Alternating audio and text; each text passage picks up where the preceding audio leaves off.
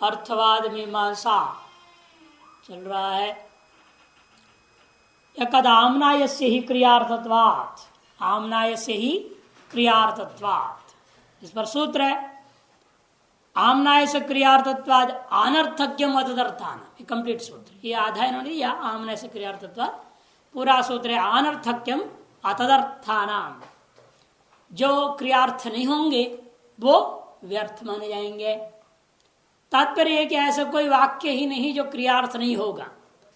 कोई साक्षात प्रवर्तन या निवर्तना का बोधक होगा तो कोई न कोई अन्य रूपेण परंपरा, प्रयोजन को सिद्ध करता हुआ विधि का या निषेध का प्रयोजन को सिद्ध करता हुआ वह भी उपयोगी हो जाते हैं। चाहे सिद्ध अर्थों का कथन करने वाले वाक्य भी क्यों ना हो, वो भी ऐसे ही है। इसलिए कहते हैं न चेष्टापत्ति, यदि कोई कहे व्यर्थ हो तो व्यर्थ हो गए, हैं क्या दिक्कत है। कुछ हिस्सा ऐसे बोल दिया गया फालतू का, ऐसा मान लो। कहते ऐसा नहीं हो सकता, न इष्टापत्ति। क्यों? स्वाध्याय अध्ययन विधिना सकल वेदाध्ययन कर्तव्य बोध्यता सर्ववेद से प्रयोजन प्रव्यवसायित्व सूचयता उपात्तार्थत्वेन अनर्थक्य अनुपपत्ते है। अनर्थकता को उपपन्न है, उचित है, ऐसा आप नहीं कह सकते। क्योंकि स्वाध्यायतव्य इस अध्ययन विधि के द्वारा सकल वेदाध्ययन कर्तव्य में निर्णय, उसमें भी न्यूनतम वेदाध्ययन यदि करना चाहता है कोई, कम से कम मैं कितना पढ़ सकता हूं यदि कोई पूछेगा तो वहां पर निर्णय दे दिया मीमांसा में कि स्वशाखा, स्वाध्याय का अर्थ स्वशाखा, उससे कम नहीं हो सकता। यानी वो थोड़ा सा पढ़ लिया, रुद्री पढ़ लिया, हो गया, वेद पढ़ लिया, मैं बड़ा वेद का पंडित तो समझते हैं। रुद्री आ गया तो वेद का पंडित हो गया, पुरुषोक्त आ गया तो वेद का पंडित हो गया, ऐसा नहीं होता। तो स्वशाखा संपूर्ण का अध्ययन करना पड़ेगा कम से कम। हाँ वो तो सब अतिशयोक्ति है।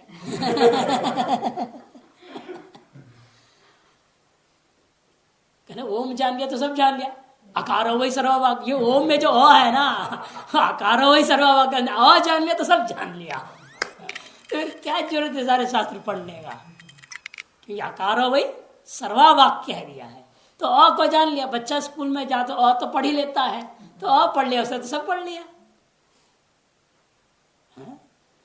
तो इसलिए ऐसी बात नहीं है। स्वाध्याय तवेति अध्ययन विधिना सकल वेदाध्ययन कर्तव्यम इति बोधयता, ऐसा बोध करता हुआ यह विधि सर्ववेद से प्रयोजनार्थ पर्यवसायित्व, संपूर्ण वेद जो है प्रयोजवान अर्थ मने धर्म में ही इसका पर्यवसान को सूचयता, सूचित करता हुआ।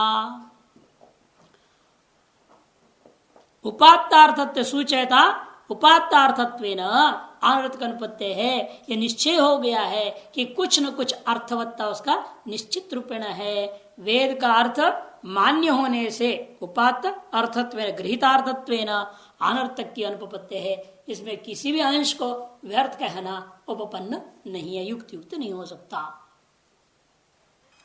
तो अनर्थक की अनुपपत्ति है, अनर्थ उपपन्न नहीं हो सकता। क्यों? आप देखिए उसको समझा रहे हैं टीका में 151 151 में 151 नो सॉरी 191 191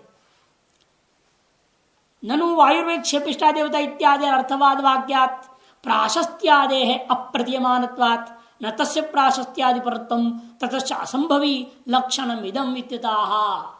कोई कह सकता है वायुर्वेद क्षेपिष्टा देवता इत्यादि जो प्रशंसा वाक्य अर्थवाद वाक्य हैं, इन अर्थवाद वाक्यों से प्रशंसा रूपी पदार्थ को प्रतीत नहीं होता है साक्षात। ऐसा कोई शब्द नहीं है जिससे आप निर्णय ले लो ये प्रशंसावाचक है, प्रशंसा परक वाक्य है। आप कल्पना करेंगे उसका अर्थ को लेकर के, वाच्यार्थ के आधार पर लक्षणा करनी पड़ती है कि इस वाक्य का अर्थ प्रशंसा है। वाक्य में स्वतः ही ऐसा कोई शब्द नहीं जिसके आधार पर आप कह गए कि यह वाक्य प्रशंसा परक है। अभिधावृत्ति से नहीं हो सकता, कहने का तात्पर्य लक्षणा से करनी पड़ेगी। इसलिए पूर्व पक्ष कहना है अप्रतीयमानत्वात् न तस्य प्राशस्त्यादि परतम, इसे एतादृश वाक्य प्रशंसादि परक मैं नहीं मानूंगा, अतएव अर्थवाद विभाग को आरंभ करना ही व्यर्थ है, इसका न लक्षण हो सकता है न कुछ असंभवी लक्षणम इत्यतः तस्य मन अर्थवादस्य लक्षणया प्राशस्त निंदा अन्यतर प्रतिपादक तो संभवेन नेदम लक्षणम असंभवी इत्यर्थः। लक्षणा के द्वारा जो है प्राशस्त या निंदा इन दोनों में से एक अर्थ का प्रतिपादन करना संभव है, अतएव मेरा द्वारा किया हुआ जो लक्षण है अर्थवाद का लक्षण प्राशस्त निंदा अन्यतर परम वाक्यम अर्थवाद, यह लक्षण असंभव दोषग्रस्त नहीं है, न इदम लक्षणम असंभवी। अर्थवाद से फलवदर्थ पर्यवसानम एवं उपपादे, और अर्थवाद वाक्य प्रशंसा निंदा का बोध कराते हुए धर्म में उपयोगी कैसे होता है, प्रयोजनवान भी होना जरूरी है ना, क्यों अर्थवान होने से नहीं चलेगा, प्रयोजनवान भी होना चाहिए। प्रयोजनवदर्थो कर दिया, वेद प्रतिपाद्य प्रयोजनवदर्थो धर्म, अर्थवत्ता तो दिखाई दे रहा है प्रशंसा निंदा, लेकिन उसके द्वारा प्रयोजन क्या सिद्ध हो रहा है, उसके लिए कहते हैं तस्य अर्थवादस्य अर्थवाद वाक्यम कर्तु प्राशस्त्य निजितत्वे द्वे प्रतिपादयति इत्यन्वयः। अर्थवाद वाक्य जो है कर्ता के समक्ष प्रशंसा या निंदा इन दो को प्रतिपादन करते हुए व्यक्ति को प्रवृत्त कराता या निवृत्त कराता है, ये लाभ है। धर्म में प्रवृत्त कराना प्रशंसा का फल है और अधर्म से निवृत्त कराना निंदा का फल है। इसलिए बहुत बड़ी जो कथन है कुमार भट्ट का, जिसको साधु लोग अपनाते हैं लेकिन सुनने वाले समझ नहीं पाते, वो सोचते हैं कि ये महात्मा उनके अंदर राग द्वेष होता है, ऐसे आरोप लगा देते हैं। लेकिन महात्मा लोग क्यों विचार करते हैं, दूसरों की न्यून अधिकता को विचार करते हैं, लगता है कि वो हमको निंदा कर रहे हैं, लेकिन ऐसा नहीं। कुमार भट्ट कहता है नहीं निंदा निंदितुम निंद्यस्य, सबसे बड़ा उद्घोषणा है कि निंदा आप जो कर रहे हैं उसका उद्देश्य क्या है, ये देखना है। किसी की आलोचना कर रहे हैं उसका उद्देश्य क्या है, यदि उसका उद्देश्य है कि आप खुद उसमें कुछ सीखना चाह रहे हैं या दूसरे को उसके माध्यम से कुछ सिखाना चाह रहे हैं, बोध कराना चाहते हैं कि उसने ने एक गलती करा, उसका अधोपतन हुआ, उसका जो विचार जो किया जाए इसीलिए क्यों उसका अधोपतन हुआ है, उसकी कौन सी ऐसी गलती थी उसका अधोपतन हुआ है, उससे हम बचें, ये दृष्टिकोण होना चाहिए। उसकी निंदा या उसकी आलोचना उस व्यक्ति का निंदा उसका लक्ष्य नहीं होना चाहिए, किंतु उससे शिक्षा पाना ही लक्ष्य होना चाहिए। इसे नहीं निंदा निंदितुम निंद्यस्य, निंदा निंदी का निंदा करने के लिए नहीं है, तो किस लिए, अपितु विधेय स्तुतये, अपितु विधेय स्तुतये, किंतु विधेय जो वस्तु है वहां पर उसकी स्तुति के लिए। कई बार हम लोग पाठ विचार करते रहते हैं, कई घटनाएं होती है तो सब विचार करते हैं, वर्तमान का भी भूत का भी, और उसको क्यों कर रहे हैं, इसलिए कि भविष्य में हम लोग ऐसे गलती ना करें। दूसरा कर रहा है, उसको देखा आपने, उसको समझो, तो ऐसा गलती अपने से ना हो, यह शिक्षा उसमें लेना है, न कि उस व्यक्ति का निंदा उसमें लक्ष्य नहीं होना चाहिए। उस व्यक्ति की भर्त्सना करना, उस व्यक्ति का अपमान करना या उस व्यक्ति के समाज प्रतिष्ठा को गिराना इत्यादि लक्ष्य नहीं होना। नहीं तो क्या होता है, कहा उस दोष का चिंतन का नतीजा खुद में दोष आ जाता है। ये दोष का चिंतन का लक्ष्य क्या है, ये इंपॉर्टेंट, ये मुख्य वस्तु है। हम क्यों विचार कर रहे हैं, किसी चीज की निंदा कर रहे हैं, उस निंदा का लक्ष्य होना चाहिए विधेय का स्तुति। इसका तात्पर्य कहां जाना चाहिए, विधेय तत्व जो साधकों को ऐसे रहना चाहिए, ऐसे नहीं रहना चाहिए। उसको देखो वो ऐसा रहा था, इसलिए वो बिगड़ गया, इसे उसके वो जैसे रहा था वैसे हमें नहीं रहना है। यह सीखने के लिए ही इन चीजों का चिंतन होता है। ये कुमार भट्ट ने न्यू डाला है वेद के आधार पर कि वेदों ने देवताओं की भी निंदा करी, हमको देवता गड़बड़ है, तो उसका तात्पर्य क्या है, यादृश वृत्ति उस देवता का है जिसके वजह से उसकी निंदा की जा रही, श्रुति कर रही है, तादृश वृत्ति को कोई अपनावे नहीं नहीं तो ऐसी वृत्ति यदि देवता अपनाता है तो भी वह निंदनीय है। जब तो वैसी वृत्ति क्या मनुष्य को अपनाना चाहिए? यह शिक्षा देने के लिए। और फिर उसी देवता की पूजा भी करते हैं, तो उससे शिक्षा पा रहे हैं। जैसे पूषा देवता है, पूषा देवता का अनेक यज्ञ भी आते हैं। पूषा देवता को तो मार के दांत तोड़ा दिया था ना, मार के दांत तोड़ दिए थे, बड़ी निंदा है उसका। और पूषा देवता का यज्ञ भी होता है, पौष्णम चरुम निरुपेदाया है। तो उसकी निंदा भी कर रहे इसलिए कि वो जैसा हंसा था उस दक्ष की सभा में शिव जी के अपमान के कारण से, तो वो हंसने, तो हंसना कहां उचित है कहां उचित नहीं है, यह उसकी चरित्र से हमें सीखना है। हर समय हंसना उचित नहीं होता है। जैसे उस श्लोक में भी मूर्ख का लक्षण हसन न जल पे,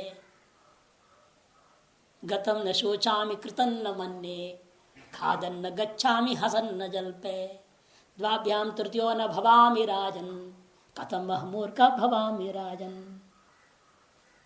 वहां क्या कहा? हसन न जल पे। जब जल्प हो रहा है, कोई विचार चल रहा है, कोई गहन चिंतन हो रहा है, या विशिष्ट पुरुषों का बीच कोई वार्तालाप हो रही है, या विशिष्ट सभा बैठी हुई है, वहां फालतू बैठे है हंस देना, ये मतलब ठीक वो मूर्ख का लक्षण बताया कालिदास ने। तो पहले हमने लिखा है इस लक्षण को आप लोगों को। तो इस तरह से इन चीजों के द्वारा नीतियों को हमें सीखना है, सीखने के लिए बात कही जाती है। पूषा का निंदा का कारण ही है कि वो ऐसी सभा में जहां पर इस प्रकार की परिस्थिति बन गई थी, एक विशिष्ट पुरुष का वहां पर जानबूझकर अपमान किया जा रहा था, उस प्रसंग में हंस दिया, इसलिए उस देवता की निंदा है। शिक्षा यही हुआ कि ऐसे प्रसंगों में हमें हंसना नहीं चाहिए, ये उसका तात्पर्य। इसे यहां भी कहते हैं कि जो निंदा होता है या प्रशंसा निंदा निवर्तना के लिए, अधर्म में हमारी प्रवृत्ति से जो हो रही थी उसे निवृत्त करने के लिए शास्त्र निंदा करता है। तो अर्थवाद से फलवद अर्थ परिवर्तित होगी, इसलिए कहते हैं दोनों अर्थवाद से स्वार्थ मात्र परत्व कथम अनर्थक प्रसंग। यदि अर्थवाद वाक्य स्वार्थ मात्र का बोध करा दे, स्वार्थ माने मुख्यार्थ प्रतिपादन वाच्यार्थ प्रतिपादन मात्र कर देवे, तो उसे क्या अनर्थकता होगा? तब दृष्टांत से समझा रहे वायुर्वेद क्षिपृष्ट इत्यादि अर्थवाद वाक्यात क्षिप्रगामी वायु देवता रूप अर्थ से प्रतिमानत्वाद इत्यतः, क्योंकि सिद्धार्थ का बोध कराने का कोई प्रयोजन नहीं होता। साक्षात वायु क्षिप्रगामी है, बड़ा तेजी से दौड़ने वाला है, इतना आपको ज्ञान देने से क्या फायदा? एक ज्ञान वेद देगा तब हमें मिलेगा क्या? अनुभव में नहीं आ रहा है। वायु कितना क्षिप्रगामी है ये सर्वानुभव सिद्ध है। जब चलता है तो सुई आवाज तक आते इतने भयंकर। कई बार रात रात उठ के बैठ जाते लोग, इधर डर जाते, पता नहीं क्या हो रहा है बाहर, देखते तो हवा चल रही है। तो जानते हैं सभी अत्यंत क्षिप्रगामी है वो, तो उसको वेद क्यों प्रतिपादन करेगी? लोक सिद्ध वस्तुओं को यदि वेद अनुवाद करता है तो उसका भी पीछे कोई ना कोई प्रयोजन होना ही चाहिए। जैसे तेजो वैकृतम अग्निहिमस्य भेषजम, सब अनुवाद है लोक सिद्ध वस्तु का। तो अनुवाद क्यों कर रहे हैं उसका लक्ष्य समझना ही पड़ता है। बिना लक्षणा किए वह अनुवाद व्यर्थ हो जाएगा। इसे कहते हैं समस्त वेदस्य क्रिया प्रतिपादकत्व स्वीकारेण नाश सिद्धार्थ प्रतिपादक स्वार्थ मात्र परत्व सार्थक्यम उपपद्यते है। क्योंकि समस्त वेद जो ना क्रिया का प्रतिपादक है, यह बात निश्चय कर दिया गया है। अतएव अस्य माने अर्थवाद वाक्य से सिद्धार्थ प्रतिपादक स्वार्थ मात्र परते, जो सिद्ध पदार्थों का प्रतिपादन करने वाले वाक्य हैं, इनको स्वार्थ मात्र परक मान लेंगे तो व्यर्थ हो जाएगा। इनको भी क्रिया पर हमें घटाना पड़ेगा। क्रिया पर कैसे घटाएंगे? प्रवर्तन निवर्तना में उपयोगी होकर के। आप कहते हैं वह अर्थवाद पुनः दो प्रकार का सद्विविधा विधिशेष निषेध शेष। एक का नाम विधिशेष रूप अर्थवाद है, एक प्रकार से भेद कर रहे हैं, फिर दूसरे प्रकार से फिर तीन प्रकार का बोलेंगे और टीका में एक और प्रकार से विभाजन करेंगे। इस तरह से तीन तरीके से अर्थवाद को विभाजन पूर्वक समझाएंगे। एक तरीका यह हुआ कि विधिशेष और निषेध शेष नाम से दो प्रकार का अर्थवाद हो गया। दूसरी प्रकार से भेद करते हैं आप प्रकृति और पुराकल्प। प्रकृति और पुराकल्प नाम से विभाजन होता है। तीसरे तरीके से जो विभाजन करेंगे गुणवाद रूपी अर्थवाद, गुणवाद रूपी अर्थवाद, अनुवाद रूपी अर्थवाद और भूतार्थवाद रूपी अर्थवाद। भूतार्थवाद रूपी अर्थवाद, ये तीन प्रक्रिया से विभाजन करके अर्थवाद वाक्यों को समझा जाता है। भूतार्थवाद रूपी अर्थवाद विधिशेष का दृष्टांत दे रहे हैं। तत्र वायव्यम श्वेतमाल भेद भूतिकाम इत्यादि विधिशेष से वायुर्वैक्षी पिष्टादि इत्यादि विधियार्थ प्राशस्त्य बोधकतया अर्थवत्तम। तैत्तिरीय संहिता 7:1:30 का है वायव्यम श्वेतमाल भेद भूतिकाम, और उसकी जो वायुर्वैक्षी पिष्टा देवता है जो उसका प्रशंसा वाक्य है उसी तैत्तिरीय संहिता के 2:1:1 में।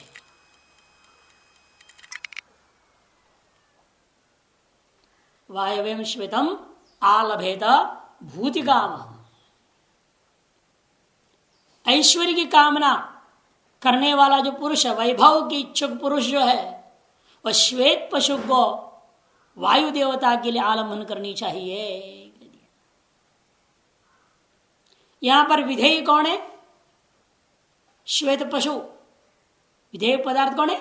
श्वेत पशु। वायु देवता के लिए श्वेत पशु रूप विधेय पदार्थ है। वो विधेयार्थ प्राशस्त्य बोधकतया, उसकी प्रशंसा का बोधक है। क्योंकि हमेशा विधेय केवल पशु नहीं होगा, विधेय तो देवता भी है, वायु। ये हमारे दोनों विधियां होती ना, इसलिए पहले आगत से द्वे रूप है, द्रव्यम देवता चैती का है, द्रव्य और देवता से देवता का विधान करना पड़ता है। किस याग में कौन सी देवता का इस्तेमाल करना है तो देवता का विधि हो रहा है। इसे वायव्यम श्वेतमाल वेत में दोनों विधि हुआ, वायुर देवता अस्य ऐसे कहता हुआ वायु रूपी देवता का भी विधि हो रहा है और अस्य के बोधित श्वेत पशु भी बोध हो रहा है। इसलिए देवता विशिष्ट द्रव्य का बोधक विधि है ये। वायु देवता विशिष्ट श्वेत पशु रूपी द्रव्य का विधान किया गया इस वाक्य से। तारस विधेय बुधा वायु देवता में तद देवता की हम यज्ञ क्यों करें? वैभव प्राप्ति करने के लिए, भूति काम के लिए और भी यज्ञ हैं। तब कह दिया वायु वही क्षेपिष्ठा देवता है। जैसे कहते हैं ना विष्णु भगवान को पकड़ोगे बहुत टाइम लगता है, पता नहीं कब वो कृपा करता है, उसे कोई भरोसा नहीं होता, वो मस्त रहता है योग निद्रा में, क्या भरोसा। भृगु उनके पास चला गया, उनके सामने खड़ा हुआ, चिल्लाया तो भी विष्णु सुना नहीं, लात मारना पड़ा है कि नहीं, तब जाके होश में आए विष्णु भगवान।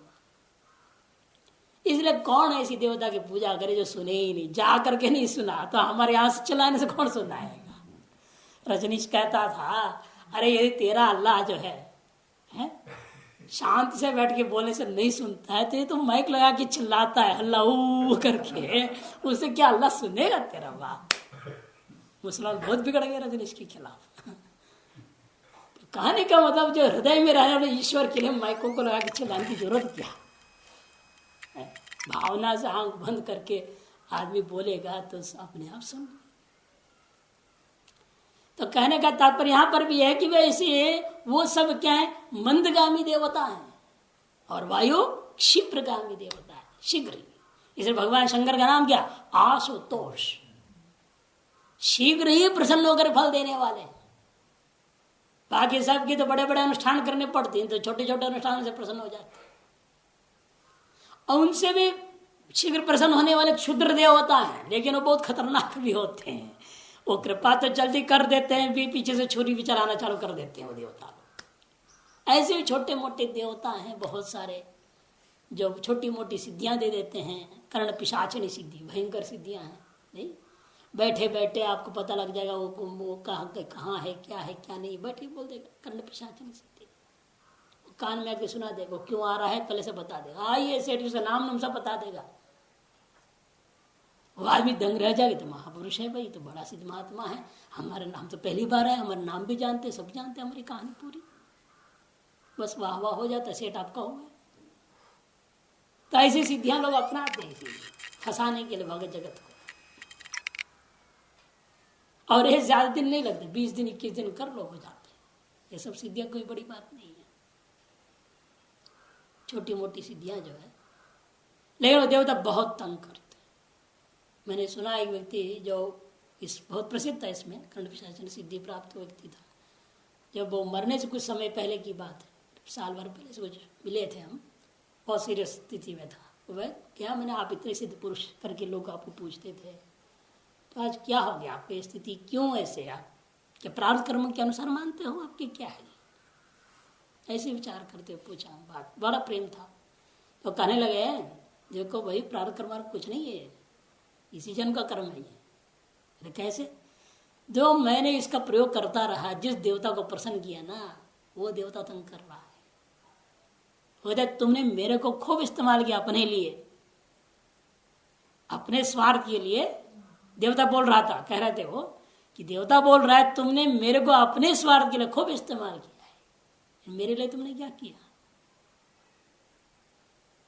देवता लोग ऐसे हैं खतरनाक, उल्टा मार दे। बाद में उनका कहने से तुरंत मेरे को ध्यान है उस भगवान ने इसलिए गीता में कहा परस्परम भाव यंता, देवताओं से बहुत होशियारी से जीना पड़ता है, नहीं तो उल्टा मारते ही है, फंसा देते हैं पूरी तरह। परस्परम भाव यंत गीता में कहा है, स्तेन एव सा, गीता जी भी कहा, वो जो दे रहे हैं हमें उनका बिल चुकाओ। बिजली बिल नहीं चुकाओगे कनेक्शन कट जाता है, टेलीफोन बिल नहीं चुकाओ तो टेलीफोन कट जाता है। और सूर्य तरह प्रकाश दे रहा है, उसको क्या हम बिल चुका रहे हैं, वायु हवा दे रही है, इसको क्या हम बिल चुकाते हैं, फ्री फंड में ले रहे हैं इन सबको। तो इनके लिए भी कुछ देना पड़ता है, इनको भी प्रसन्न करना पड़ता है, बिल चुकानी पड़ती है, टैक्स देने पड़ते हैं इनकी भी। तो इसलिए कहते हैं इसमें हम विचार करना पड़ता है, अतएव कौन सी देवता को अपनाया जाए यज्ञ के लिए भी।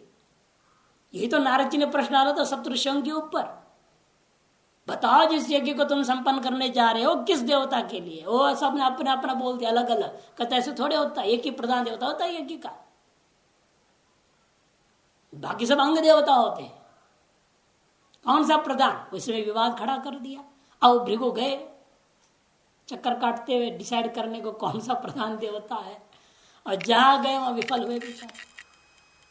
इसे निर्णय लेना है कि कौन से यज्ञ में किस प्रधान देवता को कौन से करने पर मेरा जो इष्ट है वह सिद्ध होगा, वह प्रशंसा से बोध हो रहा है। मंदगामी अन्य देवताओं को परित्याग करके क्षिप्रगामी वायु देवता के यज्ञ से वैभव की प्राप्ति आसान है, यह प्रशंसा का फल निकलता है। इसलिए कहते हैं विधेयार्थ प्राशस्त्य बोधकतया अर्थवत्वम। इसी प्रकार से वर्षि रजतम न देयम इत्यादि निषेध शेषस्य, यह निषेध है। इसका शेष वाक्य क्या था, सो अरोधित यद अरोधित तद रुद्रस्य रुद्रत्वम। देखिए स्पष्ट है यहाँ पर, सो अरोधित, अरोधित कहाँ का है, लुंग लगा, रोदित,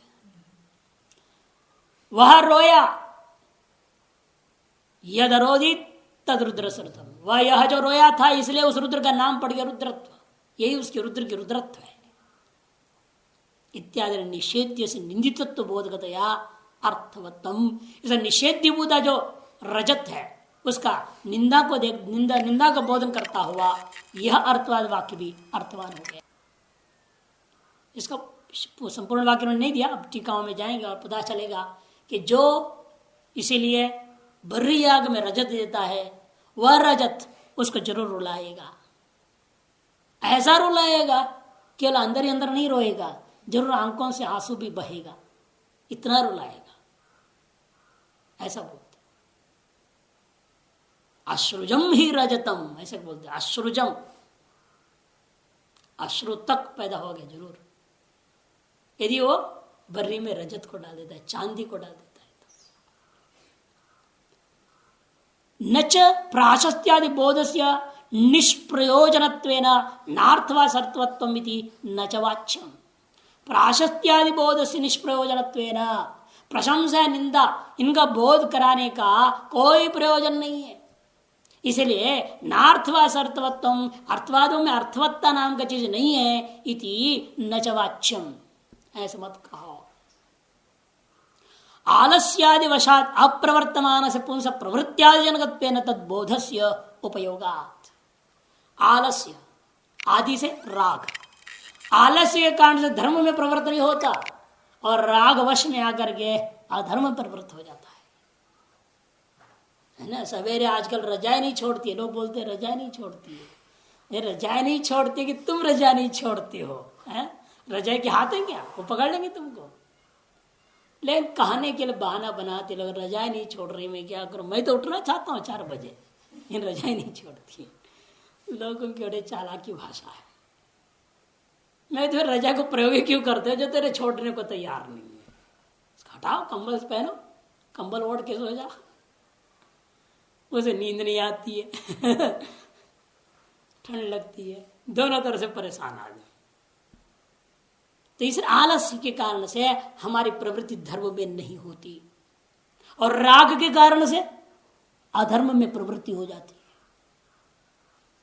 तो आलस्य के कारण जहां धर्म में मेरी प्रवृत्ति नहीं हो रही है, उसमें प्रवृत्ति कौन कराएगा? प्रशंसा कराती है। और रागत जो अधर्म में हमारी प्रवृत्ति हो रही है, उसे निवृत्ति कौन कराएगा? जो निंदा है। इसलिए कहते हैं कि देखो, आलस्यादि वशात अप्रवर्तमान से पुंस प्रवृत्त्यादि जनकत्वेन तद्बोधस्य उपयोगात्, माने तद माने प्रशंसा निंदा का बोध जो है ना, वह उपयोगी साबित हो जाता है। टीका में देखिए, विधिशेष इत्यादि, विधिशेष भी 4 प्रकार के, सोपि चतुर्विधा, इन्होंने इनको भी दोनों को उसी में जोड़ दिया, इन दोनों को भी उसी में जोड़ करके 4 बना देंगे इसको। कैसे? प्रशंसा, निंदा, प्रकृति, पुराकल्प भेदात। तदर प्रशंसार्थवाद ही शोभत है, उसको विधिशेष को उसने इसमें इसको जोड़ दिया, इसका 4 भाग में कर रहे हैं, 1 2 3 4 में क्या कर दिया? प्रशंसा और निंदा को ले लिया इन्होंने। इस तरह से भी टीकाकार लोग ले रहे हैं। तदर प्रशंसार्थवाद ही शोभते अस्य मुखम एवं वेद इत्यादि, वायुर्वैक्षेपिष्ठा इत्यादि मूल उदाहरणश्च। शोभते अस्य मुखम य एवं वेद, उसका मुख अत्यंत शोभनीय हो जाता है क्योंकि वह वेदों को जान लिया है। जिसके मुख से वेद उच्चारण हो रहा है, वह मुख से अधिक पवित्र और कौन मुख हो सकता है? इसलिए उसकी प्रशंसा की जा रही है। वायुर्वेक्षेपिष्ठा भी आप इसका विचार कर चुके हैं। निंदार्थवाद, तो निंदार्थवाद का भी 2 दृष्टांत, असत्रम वा एतद् यदच्छन्दोमयम् अच्छन्दोमम्। कहते हैं कि भाई असत्रम वा एतद्, यह याग सत्र याग ही नहीं है जिसमें सम्यक छंदों का प्रयोग ही नहीं होता। ये निंदा हुआ ना। इसका मतलब क्या है? सत्र याग में छंदों को सम्यक प्रयोग करना चाहिए। अश्रुजम ही रजतम यो परिषिद दाती, जो बर्री आग में रजत देता है वह रजत क्या करेगा? उसको आंसू पैदा कर देगा। स्वर इत्यादि मूला उदाहरण भवति, और स्वर इत्यादि जो मूल उदाहरण है उनको भी जोड़ लेना। ये जो मंत्र है बर्रिषि रजतम न देयम, ये तैत्तिरीय संहिता 1-2-1 का है, और स्वरोदितम तैत्तिरीय संहिता 1-5-1 का है। 1-2-1 1-5-1 मूल में जो वाक्य था ना, बर्रिषि रजतम न देयम, वो 1-2-1 तैत्तिरीय संहिता, और स्वरोदित जो था 1-5-1 तैत्तिरीय संहिता। अब पुराकल्प और प्रकृति क्या चीज है? प्रकृति किसको कहते हैं? कहते हैं परेण इदम महता पुरुषेण कर्म कृतम इति प्रतिपादको अर्थवाद। परेण माने महता पुरुषेण, महापुरुष के द्वारा यह कर्म किया गया है। ये कोई साधारण नहीं है, इसलिए जो ये करे वो भी ऐसे महान हो जाएगा। तो महापुरुष लोग जिसको कर रहे ये न पंथागतो, ये क्या है वो, महाजनो ये न गता पंथा, ऐसे कुछ है, श्लोक बोल के जा रहा हूं शब्दावली। और यहाँ यद्यद् आचरते तत्त देवेतरो जनाः, गीता में भी आया। इस श्रेष्ठ पुरुष लोग जिसको आचरण करते हैं वह मान लिया जाता है कि अवश्य रूपेण वह धर्म है, और इसी का अनुकरण दूसरे लोग करने लग जाते हैं। लेकिन कई चीज श्रेष्ठ पुरुष लोग ऐसे भी आचरण कर देते हैं जिसका अनुकरण करने से पहले व्यक्ति को सोचना पड़ता है, बहुत सोचना पड़ेगा। अब जैसे कहा जाता है, देखो युधिष्ठिर आदि जो है ना, एक पत्नी है ना, 5 लोग पति। अब श्रेष्ठ पुरुष लोगों ने ऐसे किया, 5 भाई एक पत्नी रख ली है, ऐसे बोलते हैं। और दूसरे लोग कहते हैं कृष्ण देखो 16,000 पत्नी है, रासलीला करा। अरे किस उम्र में करा, क्या कुछ नहीं सोचते हैं। रासलीला कितनी उम्र में हुई थी? हाँ 7 से 9। अब उम्र में क्या होगा, ये मेच्योरिटी होता है उसमें। अब उसको लेकर क्या क्या आरोप प्रत्यारोप झुट्टे लगा देते हैं लोग। और कि जब भगवान ने लीला करी थी तो हम कर रहे हैं तो क्या आपत्ति। अरे भाई उसने लीला करी, सबका उद्धार कर दिया, तुमने लिए एक तो क्या कर रहे हो, एक का भी उद्धार नहीं कर पा रहे हो। तो बड़ा मुश्किल है लोगों को समझाना ये सब बातें। ये दादा शिष्य सलाहेंगे कृष्ण भगवान ने ऐसे किया तो हम कर रहे हैं तो क्या आपत्ति। अरे अगर राम भगवान ने किया तो वो भी करो ना तुम। एक पत्नी व्रत था ना वो नहीं, वो अपने मतलब से सब घटाएंगे। सब मतलब से श्रुतियों को निकालना, पुराणों को निकालना सब जानते हैं। कहीं राम का लाएंगे, कहीं जो है अपने मतलब से कृष्ण को लाएंगे, कहीं मतलब से वराह को लाएंगे। परकृति महता पुरुषेण इदं कर्म कृतम इति प्रतिपादको अर्थवाद। ऐसे प्रतिपादन करने वाला अर्थवाद को परकृति ही इत्युच्यते। यथा अग्निर्वा अकामयत, अग्नि ने कामना की थी, यज्ञेने जमे जंत देवास्तान धर्माणि प्रथमान्यासन, आता है ना मंत्र। जब देवता लोगों ने यज्ञ किया है, इतने उच्च पद प्राप्त है, सर्व सुख सर्व ऐश्वर्य प्राप्त है, मनुष्य दृष्टि अमरत्व भी प्राप्त है, फिर भी यज्ञीन यज्ञमय यजंत। जब देवता लोगों ने इतना सब कुछ प्राप्त होने के बाद भी यज्ञ किए हैं तो हमें तो कुछ भी प्राप्त नहीं, हमेशा मांगते रहते हैं, तो हमें तो करना ही चाहिए। फिर तो यही तो अर्थ निकला ना वहां। ऐसे अर्थवादों को क्या कहते हैं, परकृति इत्युच्यते यथा अग्निर्वा कामित इत्यादि। और पुराकल्प क्या है, परवक्तु कार्य परवक्तुक अर्थादि प्रतिपादक अर्थवाद पुराकल्प इत्युच्यते। यथा तमशधिया धियात्व अवध्यासु इत्यादि है। परवक्तुक अर्थादि प्रतिपादको अर्थवाद। अमुक ने ऐसे कहा था, सूत उवाच शुक उवाच, हम लोग पढ़ते हैं ना, अमुक ने ऐसे कहा था। तो वो जो कथन के द्वारा उनके द्वारा प्रतिपादित अर्थ का प्रतिपादन करने वाले वादों को कहते हैं, अर्थवादों को पुराकल्प कहा जाता है। तम अशयध्या, अरे उसको उसने सुला दिया था अपने बुद्धि से ही, अपने बुद्धि से मन युक्ति से ही उसको सुला दिया, मैंने शांत कर दिया। धिया तो अवध्यास हो, इसे बुद्धि के द्वारा सदा आध्यान करनी चाहिए। वायु क्षिप्रगामित्वाद अतीव प्रशस्ता देवता, वायु क्षिप्रगामी होने के नाते अत्यंत प्रशस्त के समान है। अति इव बोल रहे हैं, अति इव प्रशस्ता देवता भवति, अतः तद देवत्यं कर्म प्रशस्तम, इसे तद देवता कर्म भी प्रशंसनीय हो गया।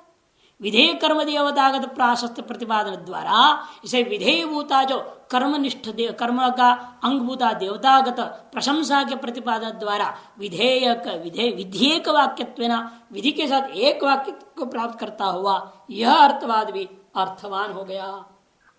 इसी प्रकार से निषेध्य रजत निंदा प्रतिपादन द्वारा रजत की निंदा के प्रतिपादन द्वारा रजत के निषेध की प्राशस्त्य परत्वेन रजत निषेध वाक्य जो था बरिचितम न देव उस वाक्य की प्रशंसा हो गई।